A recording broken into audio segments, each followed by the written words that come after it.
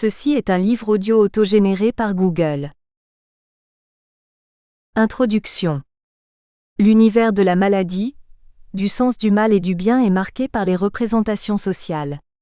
Elles sont des gisements culturels, des ordinateurs culturels programmés qui agissent sur notre pensée, nos habitudes, notre manière d'être, nos attitudes. Elles préexistent à nos comportements, nos choix les plus divers, à notre culture, à nos conduites.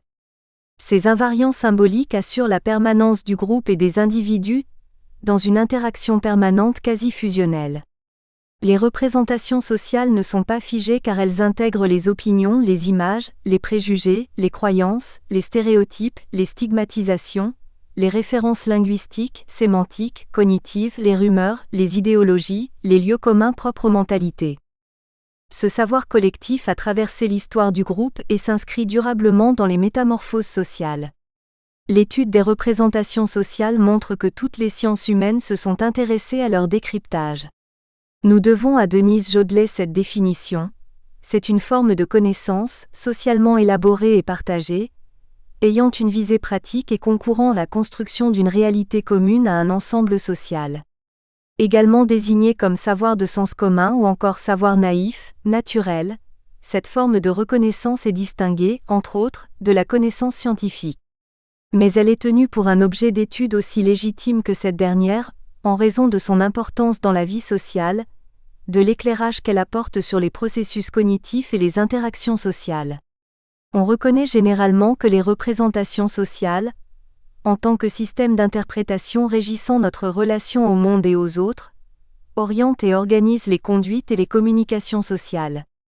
De même, interviennent-elles dans les processus aussi variés que la diffusion et l'assimilation des connaissances, le développement individuel et collectif, la définition des identités personnelles et sociales, l'expression des groupes et les transformations sociales.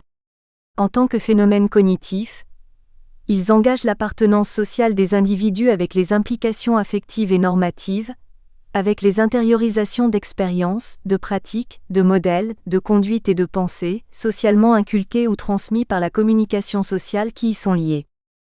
La connaissance de la vie mentale individuelle et collective est réhabilitée. Tout un courant de pensée novateur s'intéressa à l'étude des représentations sociales.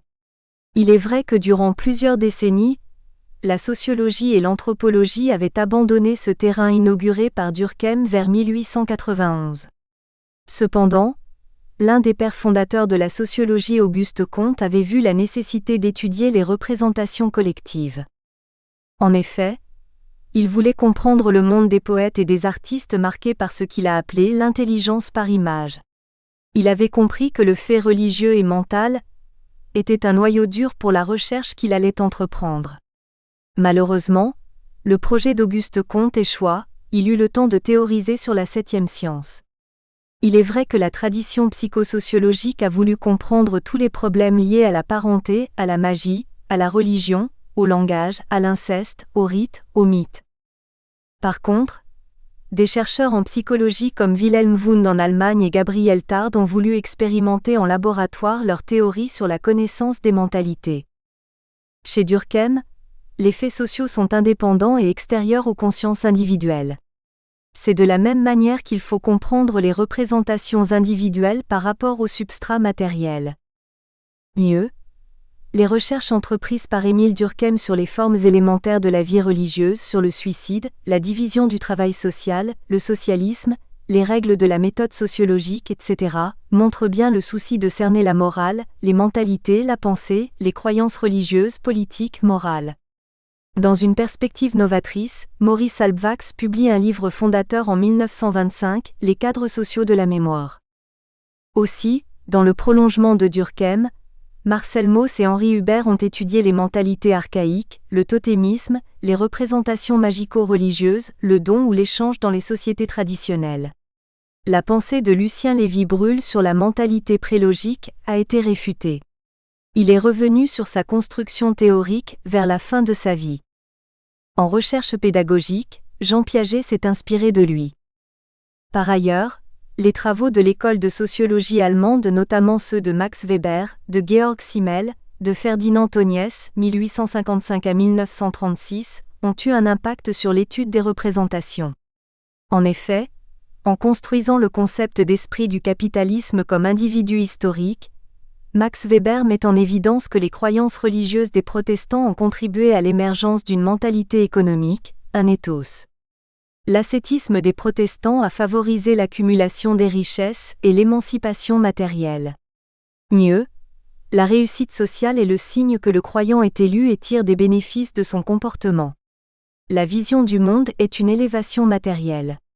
Karl Marx et Friedrich Engels ont, eux, apporté les fondements d'une interprétation du monde. En effet, la conception matérialiste montre que l'univers matériel est indépendant des représentations. Les sentiments, les idées appartiennent au monde matériel donc extérieur à l'être mais ils participent à son environnement, son milieu. Le réel existe de manière indépendante à la conscience. L'homme a une existence indépendante de la conscience. C'est à ce juste titre que Karl Marx notait que « ce n'est pas la conscience des hommes qui détermine leur être. C'est inversement leur être social qui détermine leur conscience. » Le concept d'aliénation montre bien qu'en vendant sa force de travail, l'ouvrier n'a pas de temps libre en dehors de ses heures de repos. Aussi, le système idéologique contribue à asseoir la domination. C'est en ce sens que Louis Althusser notait que l'idéologie est une représentation du rapport imaginaire des individus à leurs conditions réelles d'existence. Les représentations sociales ne peuvent pas s'émanciper de différentes idéologies dans telle ou telle société. Le marxisme, surtout l'école des Annales, a permis de comprendre les liens entre infrastructure et superstructure, de comprendre le mouvement dialectique qui participait à toutes les ruses de l'histoire. En définitive, rien n'est figé, le mouvement est à l'œuvre dans l'histoire. Nous pensons avec Jean-Marie Brome que la totalité sociale est en définitive articulée de manière inégale et combinée. Il n'y a jamais adéquation complète entre la base et les superstructures, ni entre les superstructures entre elles, mais décalage, inadéquation, transposition, déplacement, rupture, disjonction, contradiction. Toutes les sphères de la société sont ainsi en interrelation contradictoire constante, ce qui produit de nombreux chevauchements, glissements, dissymétries, interpénétrations discordantes. C'est ce qui explique aussi la difficulté de l'analyse sociologique marxiste, qui doit tenir compte de la totalité des processus dialectiques se jouant entre les diverses instances ou structures de la formation sociale. Ces structures, étroitement dépendantes l'une de l'autre, ne peuvent être distinguées que par l'abstraction conceptuelle ou idéale typique. La société étant alors comprise par l'interpénétration contradictoire de ces divers rapports et structures, toute l'analyse sociologique se doit par conséquent de tenir compte de la complexité synchronique, coexistence de multiples instances, strates, sphères, couches, instances, etc., et de la complexité diachronique, succession des institutions qui se génèrent l'une l'autre. Aussi, l'action du temps est à l'œuvre dans toute action humaine, dans toute société humaine. Par conséquent, les temps sociaux, les temps historiques, les continuités comme les césures sont à inscrire dans un espace où se déroule la vie ou la mort. En effet, la manière d'enterrer nos morts est travaillée par les représentations sociales, par la culture. Le déroulement de la vie n'est pas linéaire. Il arrive que l'individu subisse des troubles mentaux, des désordres psychiques réparables ou irréversibles. C'est à ce titre que Denise Jodelet nous éclaire. Mais cette force du dedans passe aussi entre les corps, vers le dehors social dont elle peut aussi venir.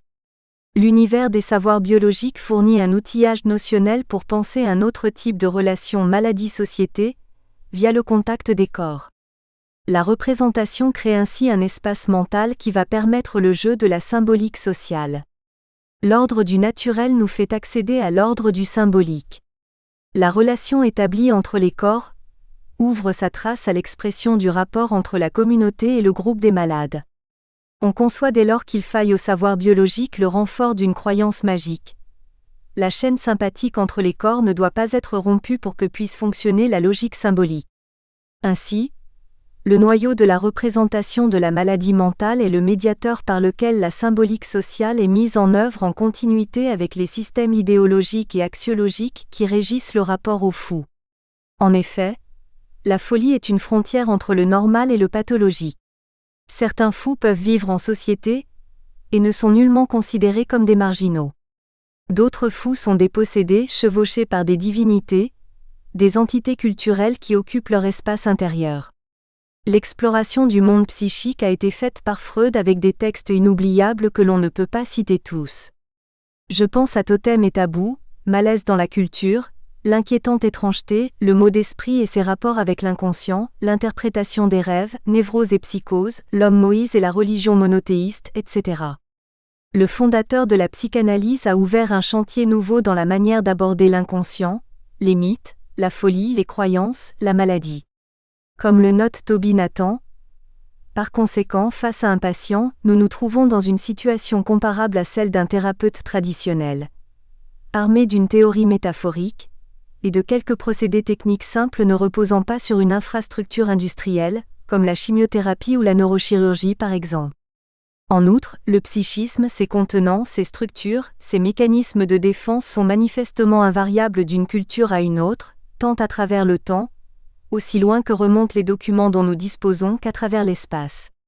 C'est ce qui explique qu'un mythe soit toujours traduisible, confère Lévi-Strauss, 1958, et que même la plus mauvaise traduction produise sur le lecteur ou l'auditeur l'effet attendu.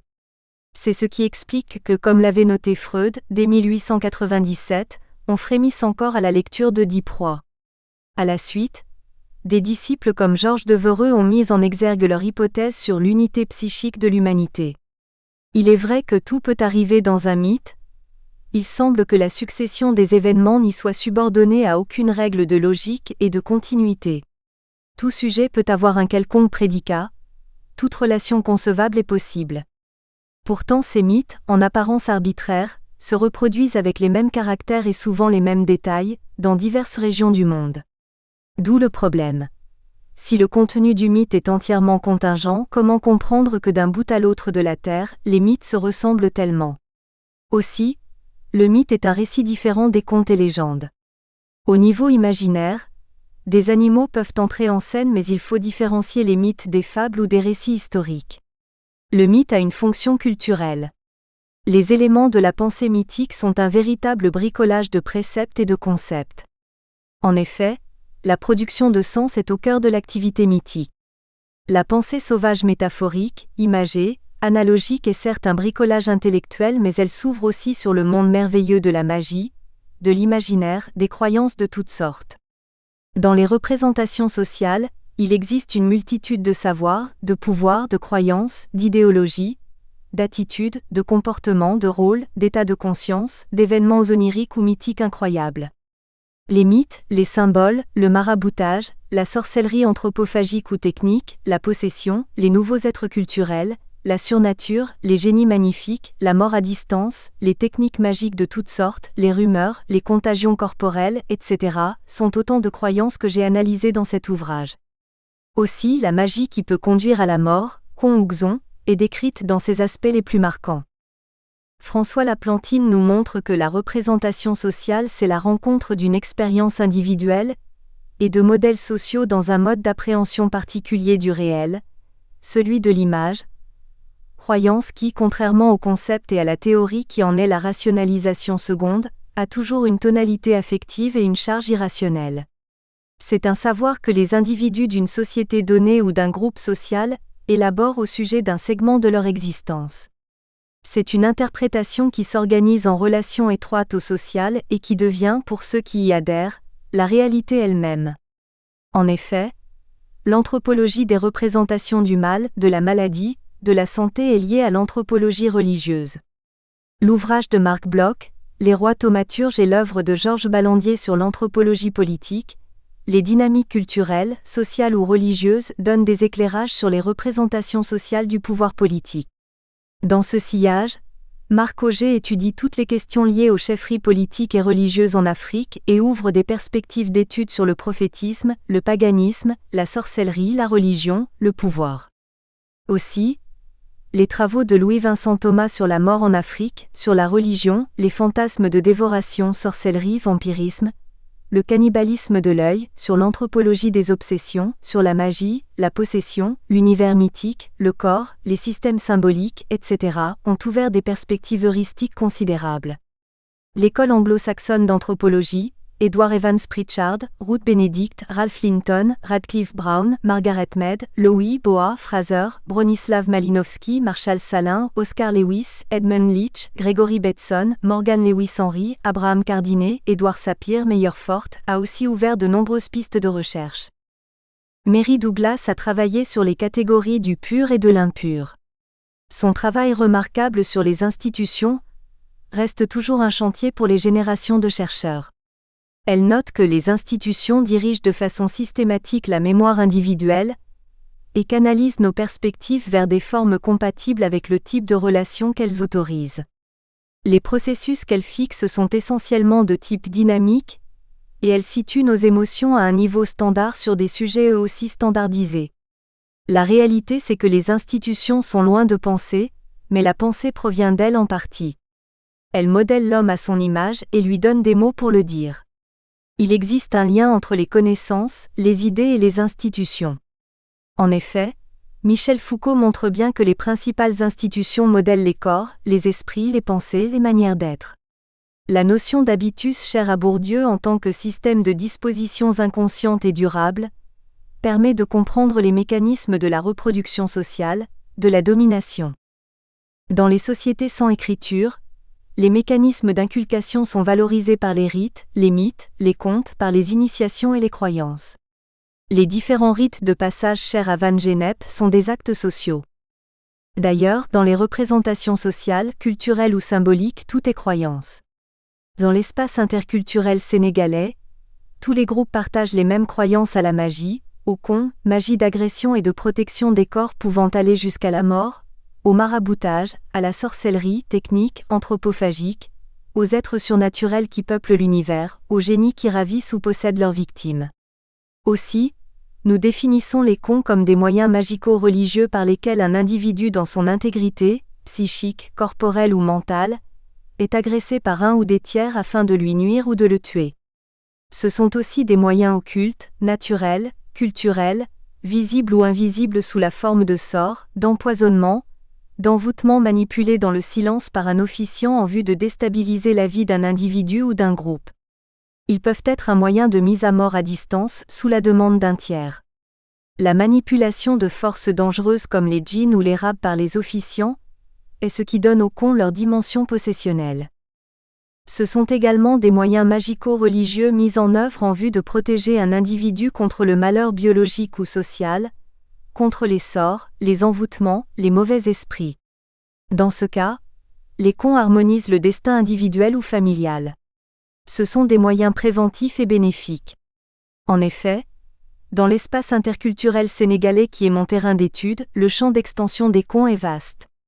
De ce fait, les cons apparaissent comme un analyseur social du malaise individuel ou collectif. Par conséquent, les croyances aux cons touchent toutes les catégories sociales.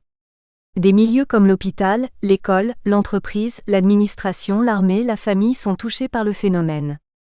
Les troubles mentaux, la perte de performance, la maladie, la malchance, le divorce, la réussite, l'ascension sociale rapide sont souvent expliqués par les mauvais cons, les bons cons ou le maraboutage. Ainsi, les cons apparaissent comme un phénomène social total. En effet, ce sont des épiphénomènes latents ou manifestes qui occupent les interstices de la réalité sociale. On les trouve dans les cultes de possession, dans les représentations sociales de la maladie, dans les discours, les pratiques quotidiennes et les rites. Ainsi, les cons recouvrent plusieurs phénomènes. Il existe aujourd'hui une adhésion aux religions des livres, christianisme, islam. Aussi, les églises évangéliques, pentecôtistes et les fondamentalistes musulmans grignotent l'espace du christianisme ou de l'islam. Mais l'animisme est toujours vivace, même caché, refoulé. Il accompagne les pratiques religieuses des religions révélées dans une dynamique de syncrétisme ou d'emprunts divers. Les multiples rites magiques donc prohibés subsistent. Ces dernières années, malgré la vie chère, des séances de ndoep, de culte de possession se sont déroulées un peu partout. Les croyances traditionnelles ont résisté et résistent encore. Les travaux de Marie-Cécile et Edmond Ortigues, d'Andras Zempleni restent des valeurs sûres pour les nouveaux chercheurs. Les croyances ne s'effritent pas du jour au lendemain. En période de crise de société, elles peuvent emprunter d'autres voies de communication sociale. Cependant, il est difficile de traduire le verbe croire. En effet, dans une publication célèbre, Jean Pouillon remarque que le verbe français croire a ceci de paradoxal qu'il exprime aussi bien le doute que l'assurance. Croire, c'est affirmer une conviction, c'est aussi la nuancer. Je crois signifie souvent je n'en suis pas sûr. Cette ambiguïté concerne le versant subjectif de la croyance. Du côté de son objet, la situation n'est pas moins équivoque puisque le complément du verbe peut se construire de deux façons, directe ou indirecte. De plus, la construction indirecte se dédouble. Croire à, cela n'est pas la même chose que croire en, qui l'un et l'autre diffèrent de croire plus objet direct ou croire que. Enfin, le sens du verbe et la construction du complément peuvent varier selon la nature de l'objet. Homme, Dieu, fait, valeur, énoncé. D'où deux questions au moins. Peut-on ordonner cette diversité d'usages ? Si oui, cet ordre est-il universel ou caractérise-t-il seulement un certain type de culture, et en ce cas, à quoi tient l'unité du mot ? Autrement dit, comment se fait-il qu'une pluralité d'acceptions revête des expressions diverses ? Mais puisqu'il en est ainsi, la traduction du verbe dans toutes ces acceptions est-elle possible dans d'autres langues à l'aide d'un seul terme ? Croire à, c'est affirmer une existence. Croire en, c'est avoir confiance. Croire que, c'est se représenter quelque chose d'une certaine façon.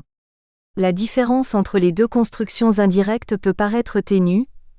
Elle est cependant incontestable comme le montre l'exemple suivant. On croit en Dieu alors qu'on croit au démon dont on reconnaît l'existence mais en lequel, par définition, on ne peut avoir confiance, on ne peut croire en lui. Certes, la croyance en Dieu implique la croyance à son existence, mais implication n'est pas confusion. Aussi, la polysémie du mot croire ne fait aucun doute. La croyance aux superstitions existe. Les différentes croyances ne trouvent leur signification que dans des systèmes culturels qui les valorisent. Dans un monde en parfaite mutation, les croyances sont poreuses. Elles ne sont pas figées. Les croyances qui vont être décrites dans ce travail subissent les influences d'autres croyances. Les systèmes symboliques et cognitifs subissent des modes de pensée différents qui les nourrissent et les enrichissent. Mieux, les croyances se sont aussi adaptées à la société marchande libérale et à son idéologie de compétition et d'émulation sociale. Les cons, le maraboutage, les cultes de possession, les rites magiques prohibés, les rumeurs, la sorcellerie s'accommodent à l'islam et au développement de la civilisation urbaine. La ville, les banlieues de Dakar, les régions du Sénégal, les campagnes ont été des terrains d'observation. Aussi, les croyances sont actualisées en ville. Les différentes régions du Sénégal ont été sillonnées pour les besoins de l'enquête et du recueil des cas de cons. La méthode s'est aussi doublée d'une documentation collectée durant de nombreuses années. Enfin, le terrain des représentations sociales de la maladie est balisé par des systèmes de croyances tenaces, vivaces. Des hommes investis d'un pouvoir symbolique puissant, chargés de force sont les gardiens de l'ordre ou du désordre. Ils ne livrent pas toujours leurs secrets. Ils peuvent commercer avec la surnature, les génies, les djinns, les anges ou iblis. Par conséquent, les frontières du bien et du mal sont loin d'être établies. Dans ce milieu, la neutralité axiologique s'impose comme garde-fou. Dès lors, une méthode de travail et de recherche entre en ligne de compte. Horizon anthropologique et question de méthode.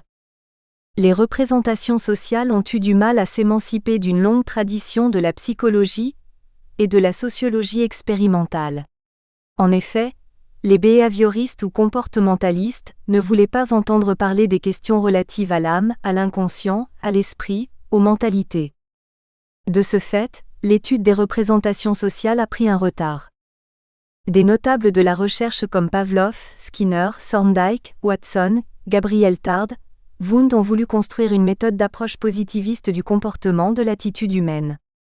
La science des réponses provoquées était née. Elle intéressait en premier les entreprises. Des tests d'aptitude professionnelle étaient pratiqués avant le recrutement. Dans les grandes firmes de production, des ingénieurs comme Taylor essaient de spécialiser les tâches des ouvriers. Taylor disait que l'ouvrier doit avoir l'intelligence d'un bœuf. Autrement dit, la spécialisation et la répétition des tâches donnaient naissance à l'homme-machine. Cette idéologie productiviste était généralisée partout. La vision stakhanoviste était développée dans les pays de l'Est. La chaîne avec ses tâches répétitives était née aux États-Unis comme le souligne Benjamin Correa. À l'origine de la chaîne, violence calculée, systématiquement appliquée contre le travail des hommes, ce rêve originel du capital à la recherche du mouvement perpétuel de la fabrique. La production à flux continu, clé de voûte de tous les systèmes d'organisation du travail, dira 50 ans plus tard le sociologue Emery, prend naissance comme il fallait s'y attendre en Amérique. Mieux, Charles Chaplin dénonça dans les temps modernes la perversion du système de la chaîne. Mais l'idéologie productiviste, managériale, devint la religion du capitalisme triomphant et dominant. La ligne de montage réduit le geste ouvrier à une répétition réglée et à une cadence infernale, assurant ainsi la production de masse. La science et la technique sont utilisées pour améliorer le rendement. Le contexte social, religieux, familial est apprécié et respecté. Les révoltes sont prises en compte. La peur de la foule organisée ou désorganisée pose problème. Déjà en 1895, Gustave Le Bon, honni pour ses idées racistes, publie Psychologie des foules. Gustave Le Bon dégage une loi psychologique de l'unité mentale des foules. Dans une large mesure, Sigmund Freud s'appuie sur Gustave Le Bon qui pense que la foule a une âme et que c'est un être provisoire. De toutes les manières, il existe un lien entre totem et tabou et psychologie des foules. C'est à ce juste titre que Jean Henriquez montre que la continuité existant entre totem et tabou et psychologie des foules ressort maintenant de façon plus nette. Totem et tabou relataient l'union par le crime. Psychologie des foules s'attache particulièrement à l'union par l'amour. Il forme dans ces conditions les deux volets du diptyque illustrant l'œuvre commune d'Eros et Thanatos, le groupe organisé. Mieux, l'amour permet de souder le groupe à un chef, un père, un patriarche, un prophète, à l'altérité. Le processus d'identification reste complexe mais salutaire. Il est en rupture avec le narcissisme des petites différences que décrit Freud dans Malaise dans la civilisation. Il est évident que la cohésion du groupe se fait par la haine des ennemis virtuels, invisibles ou réels. L'imaginaire de la guerre se construit aussi sur des attaques imprévisibles d'ennemis potentiels. Le chef distribue l'amour qu'il a reçu du groupe. D'ailleurs, Pierre Clastre montre bien la difficulté d'être chef dans les sociétés d'ailleurs. Le chef parle mais personne ne l'écoute. Il déclare: que dit le chef ? Qu'est-ce qu'une parole de chef ? C'est tout d'abord un acte ritualisé.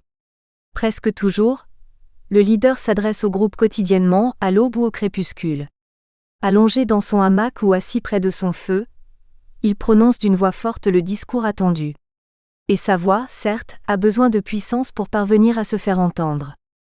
Nul recueillement en effet, lorsque parle le chef, pas de silence, chacun tranquillement continue comme si de rien n'était à vaquer à ses occupations. La parole du chef n'est pas dite pour être écoutée. Paradoxe. Personne ne prête attention au discours du chef ou plutôt en feint l'inattention. Si le chef doit, comme tel, se soumettre à l'obligation de parler, en revanche, les gens auxquels il s'adresse ne sont tenus eux qu'à celle de paraître ne pas l'entendre. De toutes les manières, le chef rappelle inlassablement la société et les actes de bravoure des chasseurs les plus glorieux. Contrairement aux sociétés modernes, le chef ne rassemble pas des millions de personnes dévolues à sa cause. La foule est souvent un élément qui dépasse l'individu. La vision du poète Paul Éluard, la foule immense où l'homme est un ami, est certes remarquable, mais le mouvement des foules est incontrôlable. Des accidents comme Furiani ou le Heysel sont hélas le fait de la panique ou de l'agressivité volontaire ou involontaire. Jean-Marie Brome montre que la guerre sportive où se heurtent États, firmes privées, multinationales, prestiges nationaux et clans de supporters représentent la forme moderne de la violence socialisée ou euphémisée. Dans le champ sportif, on retrouve en effet les trois formes principales de la violence contemporaine. La violence institutionnelle, étatique, juridique, économique, sociale, la violence physique, agression, coup, brutalité, casse sportive, blessure et la violence symbolique, celle qui ressortit à la logique même de la compétition sportive, exclusion, élimination, défaite, humiliation nationale. Par ailleurs, plusieurs raisons spécifiques font que le paradigme violence est étroitement associé au champ sportif. En tant que phénomène de masse qui passionne des centaines de millions d'individus, le sport est au cœur de toutes les violences de ce monde. Cette violence n'est pas une caricature, elle se solde par des morts. Le hooliganisme avec ses hordes guerrières et meurtrières est au rendez-vous de l'histoire. Mieux, la foule n'est pas une donnée statistique uniquement, elle représente tout un cadre réel et imaginaire. Lors des émeutes, on redoute les foules de renversement. Elias Canetti a été l'un des grands théoriciens de la rage destructrice. En France, nous devons à René Girard de montrer le lien entre la foule et le bouc émissaire. Il affirme que la foule tend toujours vers la persécution car les causes naturelles de ce qui la trouble, de ce qui la transforme en turba ne peuvent pas l'intéresser. La foule, par définition, cherche l'action mais elle ne peut pas agir sur les causes naturelles. Elle cherche donc une cause accessible et qui assouvisse son appétit de violence. Les membres de la foule sont toujours des persécuteurs en puissance, car ils rêvent de purger la communauté des éléments impurs qui la corrompent, des traîtres qui la subvertissent. Les fantasmes sur le bouc émissaire sont d'ailleurs construits comme des préjugés, des représentations tenaces. Les stéréotypes, les images sordides sont associées à l'histoire des foules. Mieux, la réhabilitation des études consacrées à la foule a été salutaire. Les travaux de Serge Moscovici, de Marc Pagès, Bernard Edelman ont ouvert de nouveaux champs heuristiques. Des auteurs comme Michel Maffezoli, Eugène Henriquez, Jean-Marie Brome ont contribué à la connaissance des représentations liées à la foule. Tout un courant interactionniste de George Mead en passant par l'école de Chicago s'est intéressé aux petits groupes, aux bandes, aux microphénomènes urbains. Je pense ici à Ernest Burgess, Robert Park, Nels Anderson, William Thomas, Florian Zonaniecki et R. Mackenzie. Par ailleurs, une sociologie compréhensive et phénoménologique autour d'Alfred Schutz, d'Erwin Goffman, de Howard Baker est une source d'inspiration pour comprendre la sémiologie sociale. En étudiant les groupes déviants, Peter Berger étudie en même temps la toxicomanie. Il s'inspire des modèles ethnographiques de l'observation. Étant lui-même un jazzman, il peut comprendre la dépendance des musiciens, l'addiction. Il comprend que c'est le triage, l'étiquetage qui donne à la déviance sa marque de fabrique. Goffman comprend que l'institution asilaire et carcérale est le modèle déposé pour enfermer le malade mental. L'interactionnisme devient alors une des voies royales de la connaissance des institutions. Goffman montre dans Stigmate les liens entre les normaux et les handicapés. Le corps est souvent le lieu d'inscription du handicap. Par ailleurs, la connaissance des phénomènes sociaux peut être construite. C'est le point de vue de Peter Berger et de Thomas Luckmann. L'approche interactionniste, compréhensive a trouvé dans l'ethnométhodologie un écho favorable. Il s'agissait pour l'ethnométhodologie de renverser les tendances positivistes de la sociologie dominante, de la sociologie standard, selon le mot de Garfinkel. L'ethnométhodologie s'intéresse aux questions de la vie quotidienne, aux minuscules, au banal, à la routine, aux épiphénomènes, aux discours, etc. Elle est en rupture avec la sociologie durkheimienne qui veut traiter les faits sociaux comme des choses. Pour les ethnométhodologues, les faits sociaux sont loin d'être des choses. Ils revendiquent d'accorder du sens à des événements insensés, pour la plupart des sociologues américains. Pour la première fois, William Foote White décida de s'intéresser à la proximité, à l'étude de la société du coin de la rue. Il consacra une partie de ses travaux aux sociétés indiennes. En étudiant le comportement des immigrants italiens qui vivent à Boston, il rompt avec les précurseurs de l'anthropologie américaine, notamment Lowy et Boa. Aussi, Harold Garfinkel a subi de nombreuses influences intellectuelles. Il a été le disciple de Talcott Parsons, a adopté comme modèle Alfred Schutz. Il a tiré de l'interactionnisme symbolique les ferments de sa pensée discursive.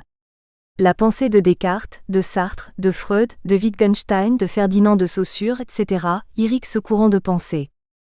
Les disciples de Garfinkel les plus connus sont Aaron Sicurel, dont H. Zimmerman, John Kitsuv, Harvey Sachs, Laurence Vieder, Carlos Castaneda, Benetta Jules Rosette. Plus tard, Aaron Sicurel réunit des fidèles comme Roy Turner, Emmanuel Chegloff, David Sudenau. Mieux, Carlos Castaneda devient un des piliers de l'ethnométhodologie, il travaille sur les Indiens Yaquis qui l'ont initié. Son livre, L'herbe du diable et la petite fumée est désormais un classique de l'anthropologie. En France, Georges Lapassade, Bernard Conin, Renaud Dulon, Louis Quéré, Patrick Faraud, Yves Le Serre, Rémi S., Alain Coulon, Paul Loubière, Robert Monti, Jacqueline Signorini, Jean Widmer, René Loureau ont été les diffuseurs de ce courant sociologique.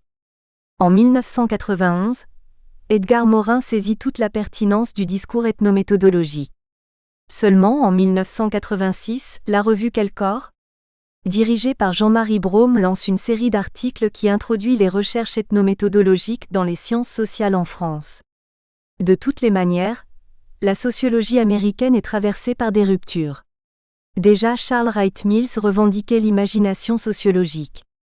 Mieux, Pitirim Sorokin dénonçait les misères de la sociologie américaine touchée par une quantophrénie excessive. Les sciences sociales ont pour fondement de nous révéler le sens caché des phénomènes qu'elles observent. En effet, comme le dit Gaston Bachelard, la connaissance du réel est une lumière qui projette toujours quelque part des ombres. Elle n'est jamais immédiate et pleine. Les révélations du réel sont toujours récurrentes. Le réel n'est jamais ce qu'on pourrait croire, mais il est toujours ce qu'on aurait dû penser. Nous devons à Marcel Mauss la démonstration qu'il n'y a pas d'objet noble et d'objet indigne. Tout dépend de l'observateur et de la manière dont il élabore sa recherche. Jean-Marie Brome note à juste titre que nous affirmons l'égale dignité ontologique et épistémologique de toutes les réalités qui touchent l'homme. Classiquement les rapports sociaux, les pratiques, les institutions, les discours, mais aussi les fantasmes, les mythes, les délires, croyances, fictions, hallucinations, etc. Nous estimons même nécessaire d'élargir le champ des recherches dans une triple direction. Tout d'abord vers ce qui est préhumain, c'est-à-dire essentiellement vers l'animalité, en particulier l'animal domestique qui vit aujourd'hui en osmose complète avec l'homme, mais aussi l'animal sauvage devenant l'enjeu d'une hyper-exploitation destructrice. De fait, les recherches actuelles sur l'anthropologie du chien par exemple en apprennent beaucoup plus sur l'homme qu'on ne pouvait l'imaginer. Puis vers ce qui est inhumain, c'est-à-dire ces zones opaques qui nous entourent, qui nous déterminent à notre insu et qui éclatent périodiquement dans des crises, crimes, guerres, holocaustes, terrorisme. Je pense en particulier à toutes les pratiques dites à tort périphériques.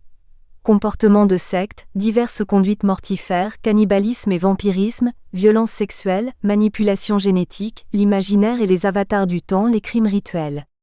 Il faudrait y ajouter aujourd'hui les horreurs que les sciences humaines laissent à tort à la presse à scandale avide de faits divers, de l'inceste, du viol, de la criminalité urbaine, des exactions de supporters de football, de la toxicomanie, du sida et surtout des diverses formes de guerre qui ne sont pas seulement à inscrire au registre de la stratégie ou de la polémologie chère à Gaston Boutoul, mais qui ressortissent à la nature la plus profonde de l'homme.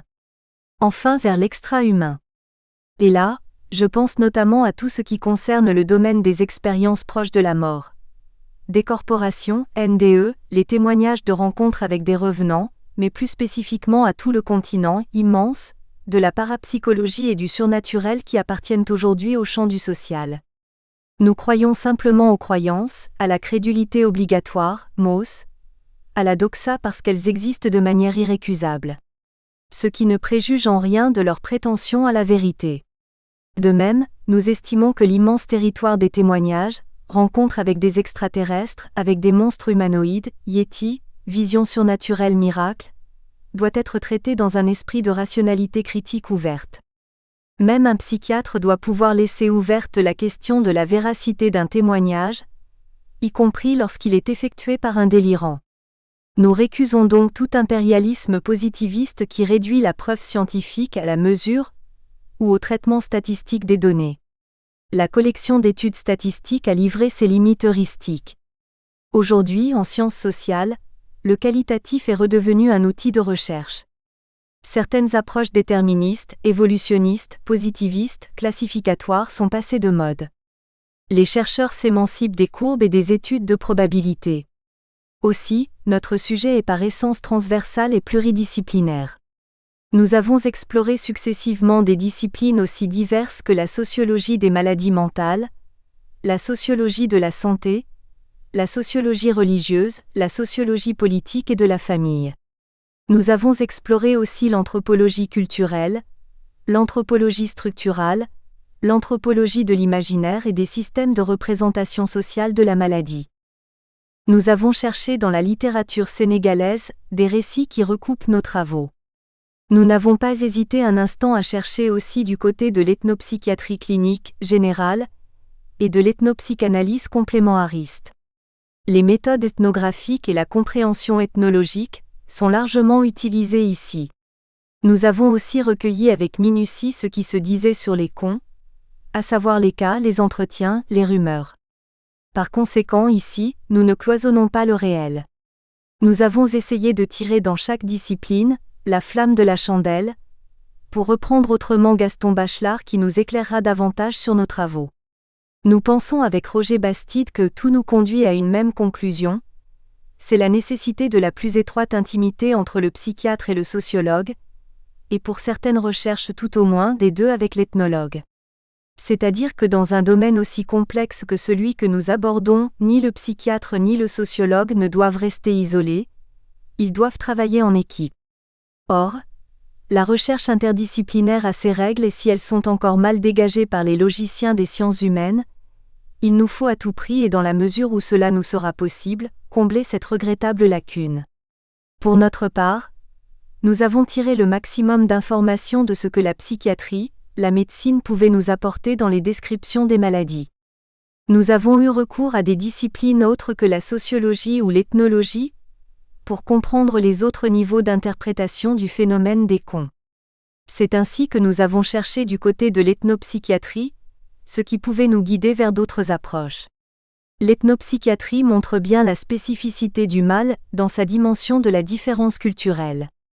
Aussi, Roger Bastide note que les conseils de l'ethnopsychiatrie, soucieux de l'originalité de chaque type de civilisation, peuvent donc être utiles au psychiatre pour lui permettre de surmonter ce que Sullivan a appelé son handicap culturel, c'est-à-dire le fait qu'il se meut dans un monde autre que celui de son patient. Mais il s'agit ici plus de conseils que de techniques, et ces conseils valent plus pour la psychiatrie sociale que pour la sociologie des maladies mentales. Cette sociologie au fond se servira plus des résultats de l'ethnopsychiatrie que de ses méthodes d'approche. Aussi, en utilisant les travaux de l'ethnopsychiatrie, nous devons toujours situer cette approche dans les différentes interprétations possibles, ne pas prendre le mal ou la maladie comme la souffrance des autres seulement, mais comme un moyen de compréhension de l'univers culturel du patient. En effet, comprendre la souffrance des autres peuples à travers les catégories de la médecine occidentale peut conduire l'observateur à un ethnocentrisme primaire et naïf. Ce qui compte ici, c'est la polysémie d'interprétation que les populations reconnaissent à la représentation sociale de la maladie. Par conséquent, nous ne voulons pas d'emblée enfermer notre démarche dans une seule approche, l'hétérogénéité nous semble plus souple que l'unicité dans ce contexte. Nous reconnaissons avec Michel Maffezoli que la labilité, le bouger, l'imperfection de la dynamique sociétale ont besoin pour s'exprimer d'instruments qui soient eux-mêmes souples et mouvants.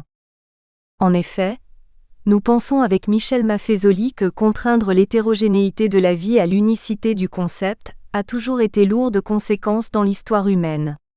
Par conséquent, la sociologie compréhensive occupe une place importante dans notre travail. Elle permet d'orienter la recherche vers une pluralité de perspectives et de points de vue. Nous devons surtout à Louis-Vincent Thomas une approche multiple des faits sociaux ou humains. La spécificité de ses travaux nous a permis de voir qu'il n'y avait pas de frontière entre les disciplines sociologiques, ethnologiques ou anthropologiques. Il montre bien qu'il y a un faux problème qui consiste à séparer l'ethnologie, l'anthropologie et la sociologie. Nous pensons avec lui que affirmer que sociologues et ethnologues se sont rendus des services mutuels, en dehors des préoccupations impérialistes hélas trop fréquentes dont font preuve ces disciplines, reste vrai. Elles ont mis au point des techniques d'investigation qui se complètent, elles ont abouti à des certitudes communes, homme total, société totale, elles ont augmenté avec une suffisante diversité le capital d'information dont disposent maintenant les spécialistes des sciences sociales. Elles se corrigent mutuellement de leurs insuffisances, de leurs excès et de leurs ambitions sans lendemain. Elles s'imposent l'une l'autre un regard plus critique vis-à-vis de leurs dogmatismes respectifs. Elles aident à résoudre les problèmes qu'impose ce monde anxieux. Mais cela ne fait qu'entretenir l'équivoque d'une séparation authentique épistémologiquement fondée. Les divergences s'éprouvent seulement au niveau des accentuations, et non des projets logiques. La distinction sociologie et anthropologie n'est qu'idéologique, donc arbitraire et mutilante. Là encore, la réalité des problèmes ne doit pas se laisser occulter par le présupposé philosophique ou doctrinal. Nous sommes bien en définitive en présence d'une discussion parfaitement stérile. Par conséquent, tout dépend de la méthode adaptée à la recherche que l'on veut entreprendre. En effet, La construction sociale de la réalité dépend toujours du point de vue du chercheur. C'est à lui qu'appartient l'élaboration rigoureuse de sa méthode d'investigation du réel, qui peut être qualitative ou quantitative. Les questions méthodologiques sont toujours un préalable à toute recherche anthropo-sociologique. Nous savons depuis les travaux de Durkheim que tout processus de recherche doit se débarrasser tout d'abord des prénotions, des préjugés, des idées toutes faites sur la réalité sociale. Il est vrai que les évidences premières, les opinions, les idées préconstruites sont des obstacles épistémologiques. Nous pouvons dire avec Gaston Bachelard que l'opinion pense mal, elle ne pense pas, elle traduit des besoins en connaissance. En désignant les objets par leur utilité, elle s'interdit de les connaître. On ne peut rien fonder sur l'opinion, il faut d'abord la détruire. Elle est le premier obstacle à surmonter. En effet, en sociologie, l'objet sociologique est construit. Donc, opérer des ruptures nécessaires à la construction de l'objet est un moment important de la démarche. Gaston Bachelard nous montre bien que rien ne va de soi, rien n'est donné. Tout est construit. Autrement dit, le fait scientifique est conquis sur les préjugés construits par la raison constatée dans les faits. En science expérimentale, l'observateur peut étudier et trouver des faits qu'il peut répéter plusieurs fois en laboratoire. Tandis qu'en sociologie, un fait social ne révèle pas toujours les mêmes résultats, surtout si les méthodes d'investigation sont différentes. En sciences sociales, nous assistons à une pluralité méthodologique. La vigilance épistémologique permet de saisir la duplicité du fait social. Cette vigilance pose déjà les relations complexes qui existent entre l'objet et l'observateur. La recherche de l'objectivité doit marquer toute la démarche. En effet, il y a nécessairement en sciences humaines une empathie entre l'objet et l'observateur. Aussi, se pose la question de la distanciation. Quelles que soient les précautions prises, le chercheur en sciences sociales ne doit jamais oublier que le fait sociologique n'est pas seulement le fait scientifique. La spécificité du fait social est aussi un fait humain. Comme l'observateur fait partie encore du genre humain, la distanciation fait partie prenante de la recherche. C'est une frontière invisible qui essaie de tenir à distance l'objet et l'observateur. Notre démarche ici est proche de la démarche ethnologique. Mais nous faisons partie de la société que nous observons, ce qui peut paraître paradoxal pour l'ethnologie traditionnelle. En effet, elle nous avait habitués à ce que l'observateur soit toujours d'une autre culture. Cependant, comme le montre Louis-Vincent Thomas, étudier sa propre société n'implique pas nécessairement qu'on ne puisse effectuer le recul suffisant pour éviter le piège du subjectivisme ou du parti pris, pas plus d'ailleurs que le fait d'étudier une société différente n'implique qu'on le fasse sans projeter nos fantasmes réducteurs. Par ailleurs, rien ne contraint le sociologue à analyser uniquement sa société ou une société de même type que la sienne. C'est ce qui se produit par exemple quand il s'intéresse aux structures sociales et socio-économiques des pays en voie de développement. Aussi, nous avons recueilli des récits, des cas, des entretiens sur notre sujet. Nous avons pensé que la méthode des cas était pertinente. Roger Bastide nous dit à ce propos : si la méthode statistique est la méthode fondamentale en sociologie, celle des histoires de cas est à la base de la psychiatrie sociale.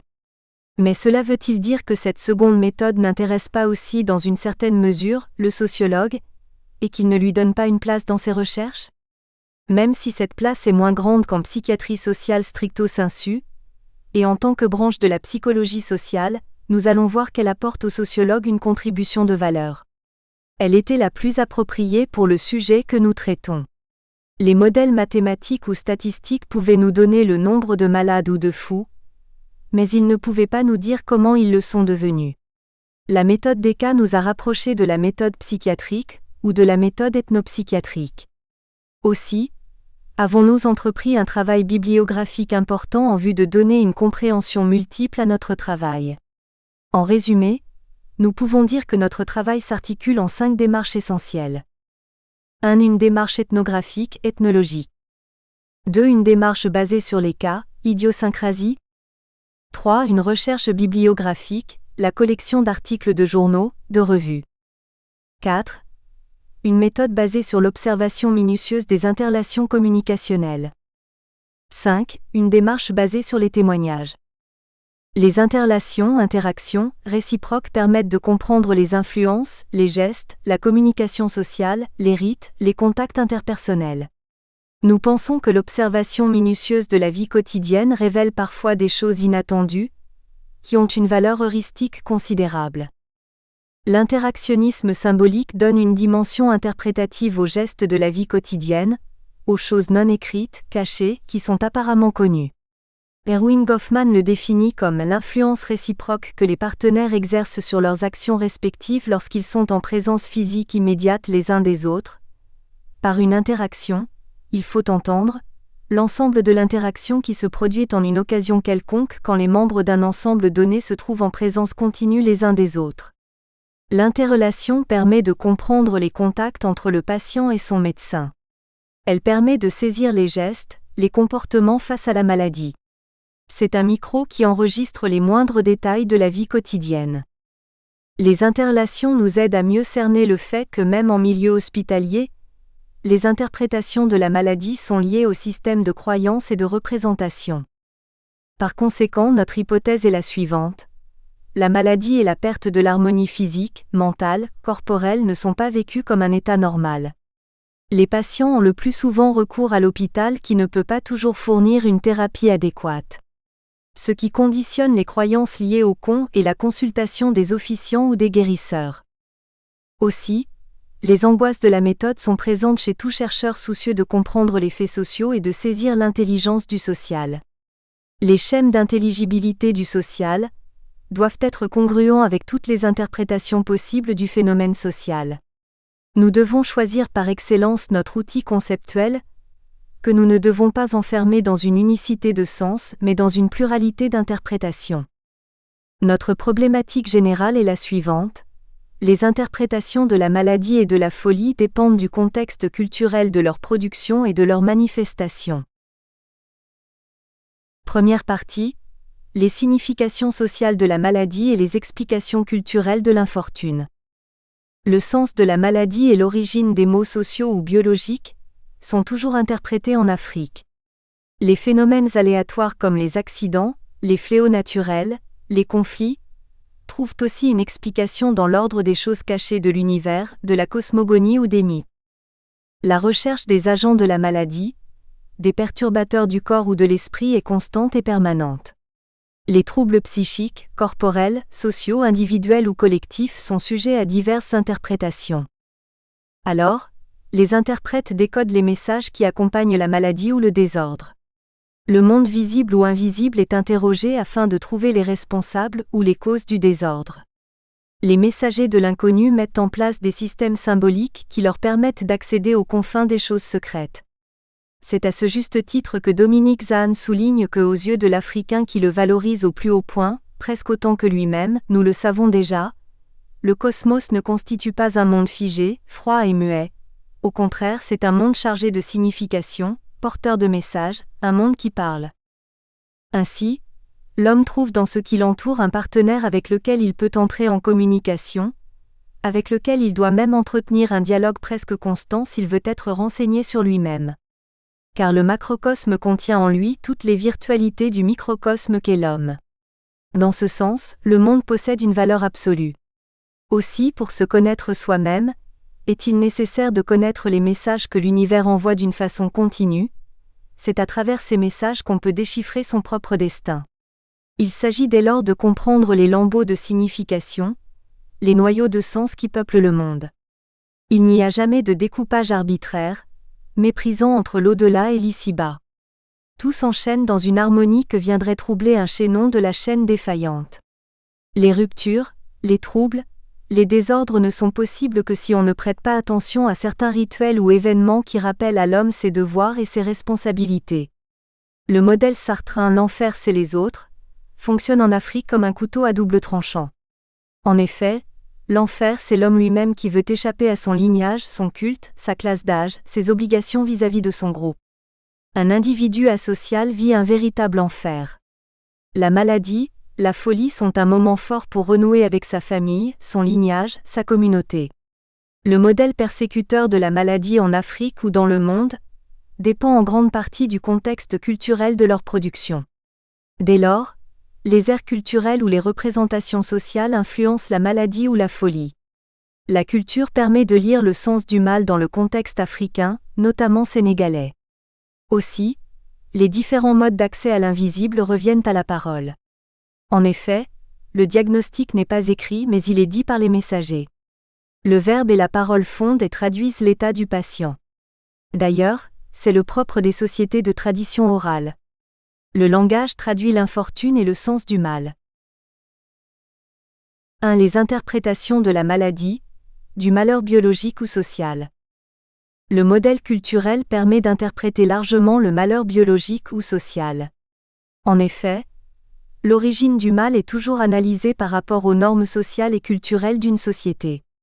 Dans une société où prédomine la démarche biomédicale, on aura tendance à privilégier l'agression microbienne, virale, rétrovirale ou parasitaire. On sait que depuis les travaux de Descartes, de Claude Bernard et surtout de Pasteur, la médecine s'est constituée comme science expérimentale. András Zemplini montre que c'est, on le sait, sous l'influence du dualisme cartésien, mais seulement au siècle dernier, que la médecine occidentale s'est explicitement et légalement définie comme science expérimentale de l'organisme humain, disons comme science du corps des individus. Quelles que fussent les connivences des pratiques médicales du XIXe siècle ou d'une autre, avec la morale de l'Église ou de la bourgeoisie, la survie de cette science était et reste, désormais gagée sur la notion du désordre biophysique objectivement attestable, soit sur la notion d'une maladie asociale, amorale et inutile. Si l'on me concède la métaphore, Pasteur a fini par substituer les germes microbiens aux germes sociaux et moraux dans le microscope des médecins occidentaux. Il a été l'inventeur génial de l'aseptisation biologique, mais aussi de l'idéologie biomédicale moderne et bientôt cosmopolite, de l'asepsie sociale de la maladie. Par conséquent, ce modèle biomédical rationnel légal, Weber, s'est étendu quasiment sur toute la planète. Il répond à tous les maux, à toutes les angoisses avec une hégémonie triomphante. Sa technisation avancée est la meilleure réponse à la médecine de masse, épidémie qui se généralise. L'hygiénisme devient alors une possibilité préventive contre certaines maladies. Le corps souffrant est analysé, étudié, on cherche à maîtriser des symptômes, à neutraliser le mal. Si la maladie s'aggrave, on n'hésite pas à isoler le malade, hôpital, pour lui donner les meilleurs soins. En effet, des mécanismes de surveillance de l'espace sont mis en œuvre en cas d'épidémie comme la peste, le choléra ou la lèpre. Michel Foucault nous apprend que cet espace clos, découpé, surveillé en tous ses points, où les individus sont insérés en une place fixe, où les moindres mouvements sont contrôlés, où tous les événements sont enregistrés, où un travail ininterrompu d'écriture relie le centre et la périphérie, où le pouvoir s'exerce sans partage, selon une figure hiérarchique continue, où chaque individu est constamment repéré, examiné et distribué entre les vivants, les malades et les morts, tout cela constitue un modèle compact du dispositif disciplinaire. À la peste répond l'ordre. Il a pour fonction de débrouiller toutes les confusions, celle de la maladie qui se transmet quand les corps se mélangent, celle du mal qui se multiplie lorsque la peur et la mort effacent les interdits.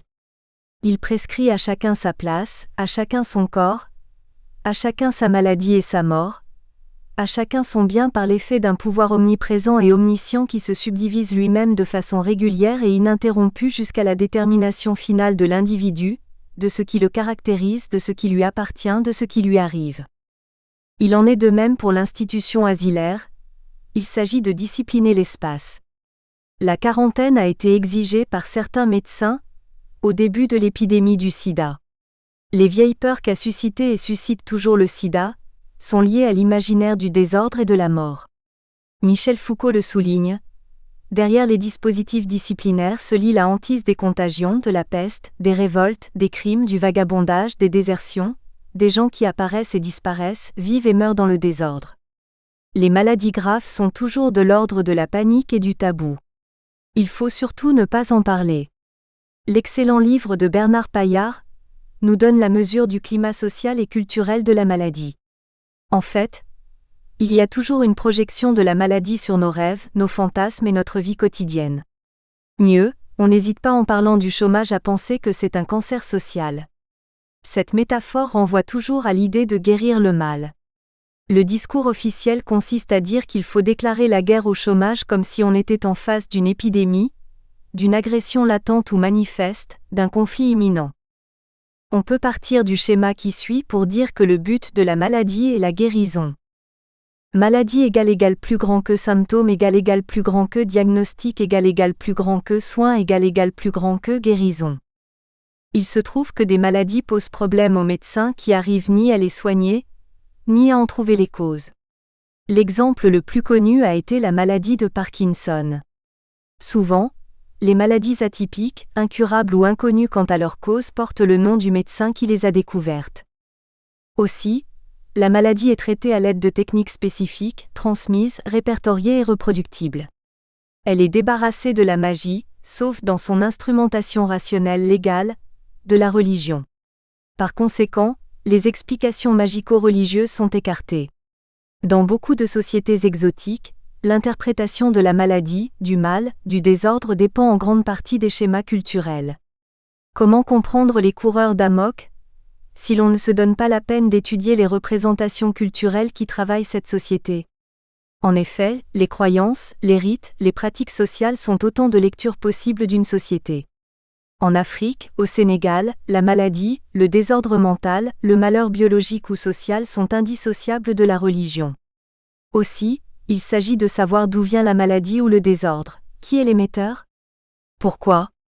Comment? Des questions évidemment liées qui touchent à l'univers des croyances, des mythes, des visions et des explications du monde. Les croyances, les visions et les explications du monde. Les croyances, les visions ou les explications du monde dépendent en grande partie des religions traditionnelles, même si elles ont subi l'influence du christianisme et de l'islam. La religion musulmane est arrivée sur les rives du Sénégal, entre le XIe et le XIIe siècle, sous l'égide du mouvement almoravide. L'islamisation a touché d'abord les tout couleurs avant de se diffuser par le biais du commerce, des écoles coraniques, de la conversion des chefs politiques ou des différentes guerres saintes, djihad. L'islam a consolidé son hégémonie sur les ruines des différentes monarchies ou royaumes, Wolof, Mandingue, tout couleur, Peul, Serer.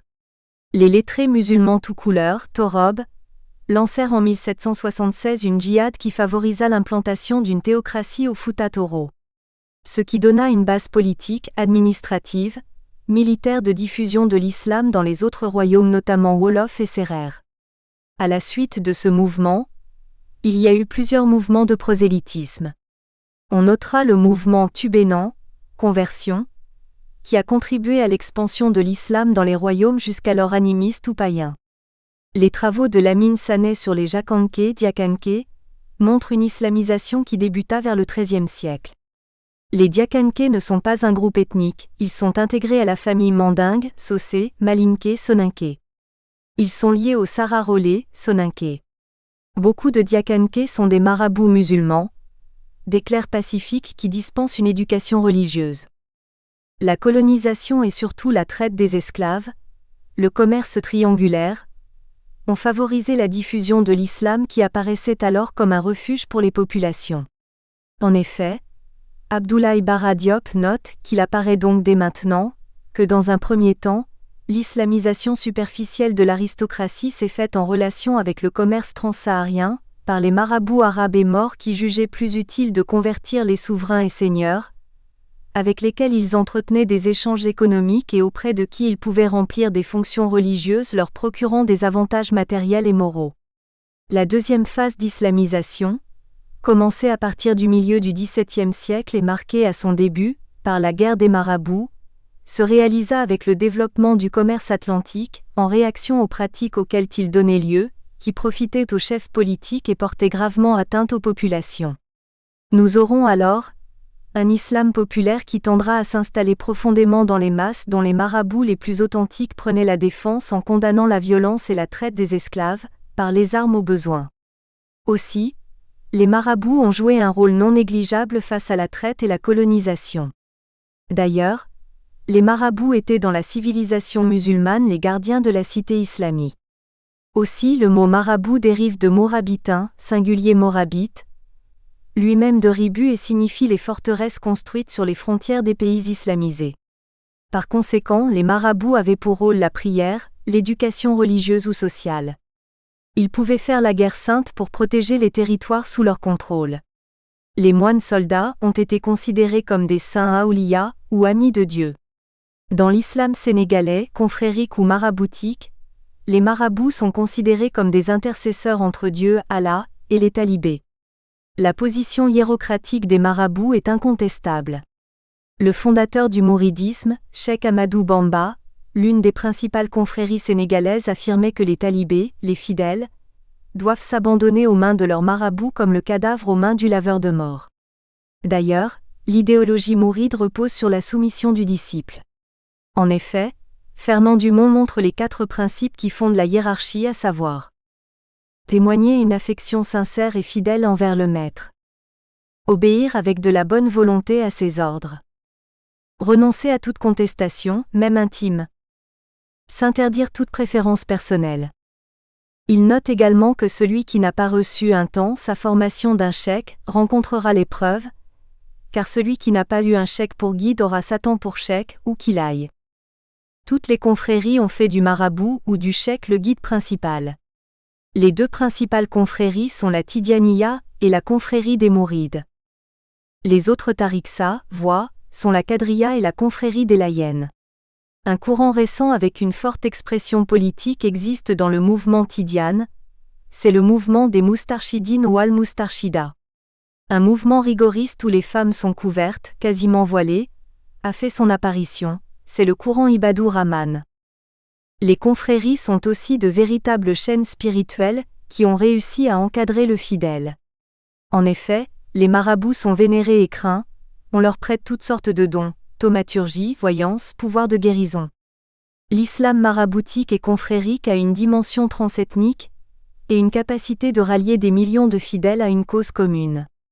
L'État sénégalais a toujours su utiliser la capacité d'intervention des marabouts dans la société civile et les structures intermédiaires. L'islam maraboutique, qualifié d'islam noir ou de marginal, s'est développé en bénéficiant d'un véritable transfert de sensibilité. Son prosélytisme a été lent, long et efficace. Seulement, il n'est pas venu à bout des religions traditionnelles qui ont subi différents assauts politiques ou religieux.